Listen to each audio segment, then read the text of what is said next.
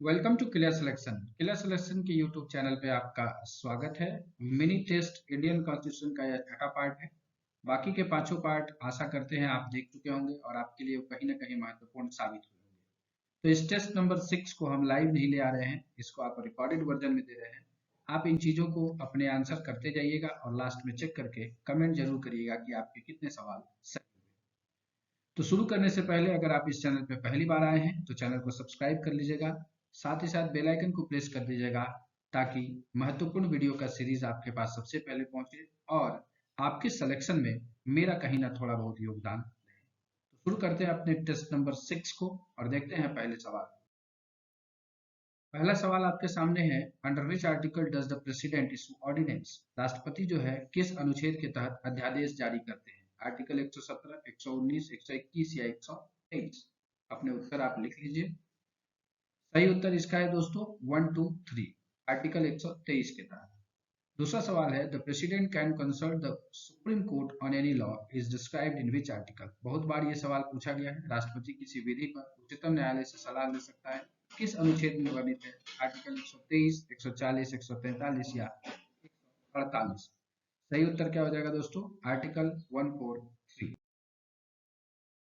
तो यहाँ कुछ प्रमुख संवैधानिक अधिकारियों के मासिक वेतन के बारे में बताया गया है और ये पूरा लिस्ट है। अगर आप इसका स्क्रीनशॉट लेना चाह रहे हैं तो स्क्रीनशॉट ले लीजिएगा। President 5 lakh, vice president 4 lakh, governor 3.5 lakh, CJI 2.8 lakh, justice of supreme court 2.5 lakh, chief justice of high court 2.5 lakh, justice of high court 2.25 lakh, CAG 2.5 lakh and chief election commissioner 2.5 lakh. Data में कहीं पर भी आपको मिसमैच लगता है तो कमेंट करिएगा, उसे सुधार दिया जाएगा। बाकी ये अपडेटेड अभी तक का है। अगले सवाल पर। अगला सवाल है, which article of constitution describe the vice president. ऊपर राष्ट्रपति के बारे में संविधान का कौन सा अनुच्छेद बताता है? तो क्या वो आर्टिकल 62 है, 63 है, 64 है, 65 है? तो यहाँ पे मैं आपको एक ट्रिक बता दूं, आर्टिकल 52 आपको आपके प्रेसिडेंट के बारे में बताता है और 52 में अगर 11 जोड़ेंगे तो कितना होता है? 63। और वो बताता है हमको उपराष्ट्रपति के बारे में।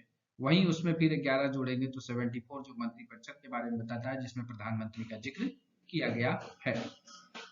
Which article describe the vice president to be the ex officio chairman of the council of the state? कौन सा अनुच्छेद ये बताता है कि उपराष्ट्रपति जो है राज्यों की परिषद के पदेन अध्यक्ष के रूप में होते हैं? क्या वो आर्टिकल 62 है, आर्टिकल 63 है, आर्टिकल 64 है या आर्टिकल 65 है? सही उत्तर क्या होगा? आर्टिकल 64 में इसके बारे में। Whom is the council of minister collectively responsible? UPSC तक में ये सवाल पूछा गया है और आपको जब यूपीएससी ने पूछ लिया है तो मैक्सिमम नीचे भी सवाल ये पूछे जाए। मंत्रिपरिषद सामूहिक रूप से किसके प्रति उत्तरदायी होता है? क्या वो लोकसभा, राज्यसभा, प्रेसिडेंट या प्राइम मिनिस्टर? तो ये है लोकसभा के प्रति उत्तरदायी होते हैं। Attorney general of India is described in which article. Bharat के महान्यायवादी का वर्णन किस अनुच्छेद में है? क्या वो आर्टिकल 74 है, आर्टिकल 76 है, आर्टिकल 78 है या आर्टिकल 80 है? सही उत्तर होगा अटॉर्नी जनरल ऑफ इंडिया जो है वो आर्टिकल 76 में इसके बारे में बताया गया है। What is the minimum age to become a member of Rajya Sabha? Rajya Sabha का सदस्य बनने के लिए न्यूनतम आयु क्या है? 25 साल, 30 साल, 35 साल या 21 साल? सही उत्तर है दोस्तों 30 साल। 30 साल चाहिए न्यूनतम आयु है राज्यसभा के लिए। अगर लोकसभा के बारे में पूछ दे, what is the minimum age of become a member of Lok Sabha, Lok Sabha का सदस्य बनने के लिए न्यूनतम आयु 25 साल, 30 साल, 35 साल या 21 साल? सही उत्तर है दोस्तों ऑप्शन नंबर ए 25 साल। यहाँ पर है राज्यसभा का जो मैक्सिमम संख्या कितना है, what is the maximum strength of Rajya Sabha, maximum पूछा गया है। तो राज्यसभा की अधिकतम संख्या कितनी है? 250, 253, 254 या 260? सही उत्तर है ऑप्शन नंबर ए 250। अगर लोकसभा का पूछ ले, what is the maximum strength of Lok Sabha, Lok Sabha की अधिकतम संख्या कितनी निर्धारित की गई है? 550, 552, 553 या 554? सही उत्तर हो जाएगा 552। इन दोनों सवाल जो है अभी रेलिवेंट है, कुछ ही सालों में या कुछ वर्षों में जो है इसमें अमेंडमेंट होने वाला है और ये संख्या बढ़ जाएगी, लेकिन फिलहाल इस चीजों को आप यहीं पर याद रखेंगे। वर्तमान में जो राज्यसभा में कितनी सदस्य हैं इसके बारे में पूछा गया है कि अभी एट प्रेजेंट जो है कितने हैं राज्यसभा में? तो 245 है। वहीं लोकसभा में कितनी संख्या है? वर्तमान में लोकसभा अधिकतम संख्या कितनी है? तो यह है अभी 545 है। राज्यसभा का चेयरमैन कौन होता है? राज्यसभा का सभापति, इंपॉर्टेंट सवाल है। President, vice president, prime minister और स्पीकर। तो राज्यसभा का सभापति होते हैं हमारे वाइस प्रेसिडेंट, उपराष्ट्रपति। वर्तमान में लोकसभा की अधिकतम संख्या, रिपीटेड क्वेश्चन यहाँ पर है, तो इसका आंसर आपको पता है और ये है 545। नेक्स्ट है, how many years is the tenure of Rajya Sabha? Rajya Sabha का कार्यकाल कितने वर्षों का होता है? 3 साल, 4 साल, 5 साल या 6 साल? सही उत्तर है 6 साल। In which article is the oath describe to the member of the Lok Sabha? Lok Sabha के सदस्यों के शपथ के बारे में जो है किस अनुच्छेद में वर्णन है? जो शपथ लेता है कि मैं फलना संविधान को, ठीक है, सर्वोपरि मान के शपथ लेता हूँ, ये सारी चीजें जो है आर्टिकल 96, 97, 98 या 99 में। सही उत्तर है इसका article 99। What is the minimum age of membership of Lok Sabha? Lok Sabha में सदस्यता हेतु जो न्यूनतम आयु है वो कितनी है? 21, 25, 30 या 35? तो ये है आपको 25 साल। What is the minimum age of membership of panchayat? Panchayat का भी इलेक्शन होता है, पंचायत में सदस्यता हेतु न्यूनतम आयु कितनी है? 21, 25, 30 या 35? सही उत्तर हो जाएगा 21 साल।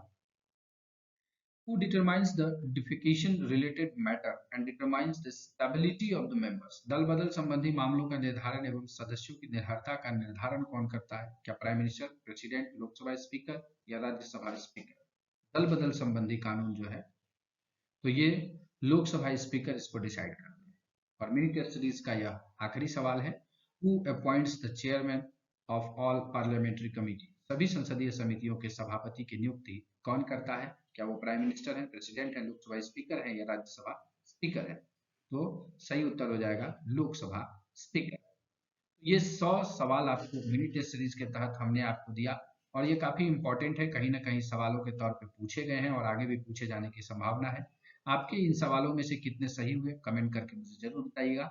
और आगे हम लोग इंडियन कॉन्स्टिट्यूशन का डिटेल जो है आपके लिए व्यवस्था करा रहे हैं और वो डिटेल आपको एक एक चीज पढ़ाया जाएगा जो आपके एक वन लाइनर एग्जाम के लिए भी काफी इंपॉर्टेंट होगा। साथ ही साथ अगर आप पीसीएस और यूपीएससी की भी तैयारी कर रहे हैं तो वहां पर भी आपके लिए वो रिलेवेंट फैक्ट्स होगा। चलिए, आशा करते हैं कि ये वीडियो आपको अच्छा लगा होगा। अगर ये वीडियो अच्छा लगा तो लाइक करके मोटिवेशन बढ़ाइएगा, शेयर करिएगा ताकि ज़्यादा से ज़्यादा लोगों के पास ये वीडियो पहुंचे और उनके कहीं ना कहीं नॉलेज में ज्ञानवर्धन हो और वो भी अपने एग्जाम में कहीं ना कहीं सिलेक्शन पाए। इस चैनल का एक ही मोटो है, पढ़े ऐसे सिलेक्शन हो जैसे। और इस संदेश के साथ कि आप अपनी तैयारी में व्यस्त होंगे, जिंदगी में मस्त होंगे, इस वीडियो पर बने रहने के लिए आप सभी का दिल से धन्यवाद।